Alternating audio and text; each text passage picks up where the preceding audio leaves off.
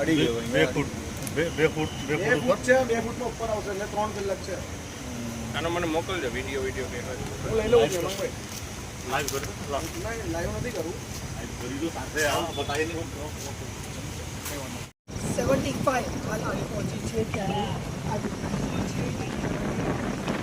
સપાટીની ઉપર હાલ વિશ્વામિત્રી સપાટી જોવા મળી છે કારણ કે 30 ફીટ ઉપર જ્યારે આ સપાટી જતી હોય ત્યારે જ્યારે સપાટી કહેવામાં આવતી હોય છે ને આ ત્યારે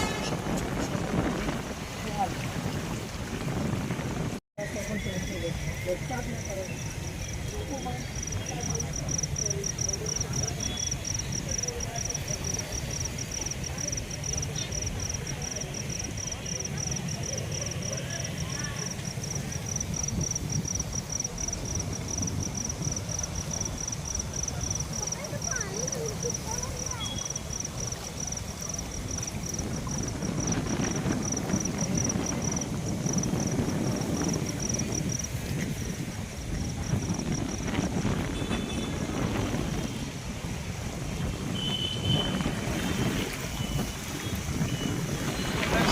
જે પ્રકારે છેલ્લા 24 કલાકની અંદર અતિ ભારે વરસાદ વડોદરાએ વેઠ્યો છે અને સમગ્ર રાજ્યના 90% જિલ્લાઓમાં રેડ એલર્ટ હતું અને એના જ અંતર્ગત વડોદરાની અંદર પણ ખૂબ વરસાદ પડ્યો અને વરસાદ પડ્યો એને કારણે આજવા અને પ્રતાપપુરા સરોવર પણ ખૂબ જ એની જે સેચ્યુરેશનની સપાટી હોય એમને પણ ક્રોસ કરી છે.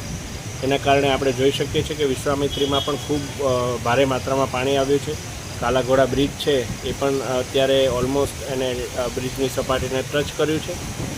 વડોદરાની અંદર અત્યારે હાલ આપણે જોઈએ તો 11 વાગ્યા જેવું વરસાદ થોડો બંધ થયો છે તો વડોદરાએ રાહતનો શ્વાસ લીધો છે, પરંતુ આજવાથી જે પ્રકારે પાણી આવી રહ્યું છે, પ્રતાપપુરાથી પાણી આવી રહ્યું છે એને લઈને હજુ પણ જે નીચાણવાળા વિસ્તાર છે ત્યાં સ્થળાંતર પણ કરવામાં આવ્યું છે. કોર્પોરેશન દ્વારા પણ ઘણી બધી કામગીરી કરવામાં આવી છે.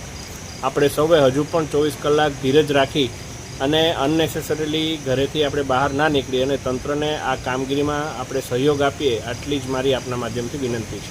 સાહેબ, આપણે જે સરકાર દ્વારા શું એમના માટે સુવિધા કરવામાં આવશે? તમામ એવી સુવિધાઓ કરવામાં આવી છે. સ્થળાંતર માટેની બસો અને પછી ત્યારબાદ ભોજન, દવાઓ એવી તમામ સુવિધાઓ પણ પ્રાથમિક જે સુવિધાઓ છે એ પણ પૂરી પાડવામાં આવી છે. માન્ય મુખ્યમંત્રીશ્રીનો એક જ નિર્ધાર છે કે એક પણ જીવ ના જોખમાય એ રીતે આપણે આ પરિસ્થિતિને પહોંચી વળવાનું છે.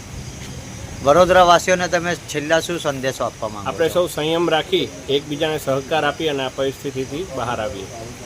Thank you.